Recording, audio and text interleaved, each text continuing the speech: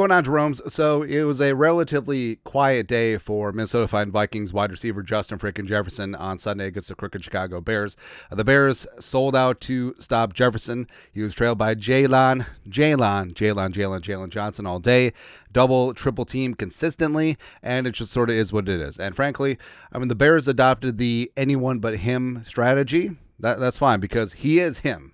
H-I-M, and Jordan Addison and TJ Hawkinson, as well as Aaron Jones running against lighter boxes, they certainly benefited, and the Vikings had a massive offensive output day. Just Jefferson was relatively quiet on his 2-catch for 27 yards on 5-target type game, although he did have a 40-yard touchdown catch wiped out by Brandon Powell OPI, but I mean, he literally ran up on the DB like he was setting a screen, getting ready for the pick and roll. Just fake like you're running a route, man. Come on, man. And yeah, for people in fantasy football who really need Justin Jefferson to have a decent day, or not even decent, just like just need 3 more points, man.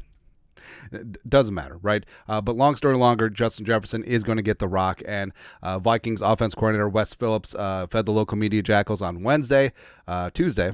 Nailed it. Getting our days mixed up because of the holiday week. Talking about Justin Jefferson and how his role in the offense, he's still going to get the ball, but he's happy for success. This is what Wes said. Jefferson also understands we're going to scheme some things to try and make sure we get him the football. Yeah, of course, manufacturing touches, moving him around, get him out of the slot.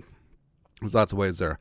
When we're winning, when we're having success, you see him get excited about other guys scoring touchdowns and making plays, and that's genuine. He's not doing anything for show, and that's 100% as I burp. Where you watch the replay, the guys most excited about the Addison touchdown, the guy most excited about the Naylor touchdown wasn't Addison or Naylor, like it was Justin friggin' Jefferson, and you could just tell, like the interactions that he has on the sidelines when he's mic'd up, like he loves his guys, he loves success in that wide receiver room, he loves winning, and it doesn't matter if he gets the credit or not. And also he knows that, hey, either I'm going to eat or everyone else is going to eat, and he's fully selfless about that. And also he understands the leverage that he has out there where, hey, if you're going to draw triple teams and the defenses are going to play 8 on 10, I kind of like those odds, right?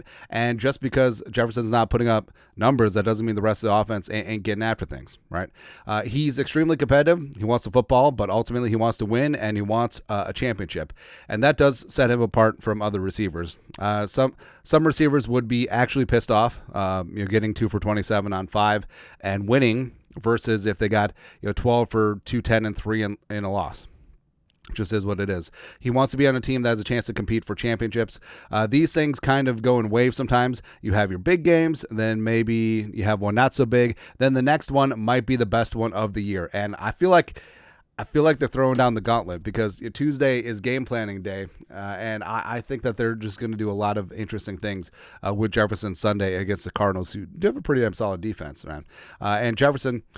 So this season, it's been a bit of a weird one, right? So he started out the season with a touchdown in 4 straight games and 5 out of 6, but he's only had 3 100-yard games out of 11 so far this year, and also he's gone 5 games without scoring a touchdown. Now, part of it was slinging Sam Darnold, a.k.a. America's quarterback, was forcing the damn ball to him too much against Jacksonville, and sort of shied away from that after 4 of Darnold's 10 interceptions came from forcing the ball to Jefferson. Actually, probably more than that. But 4 of his 5 in the Colts and the Jaguars games were from Darnold just trying to get the ball to Jefferson any way he could.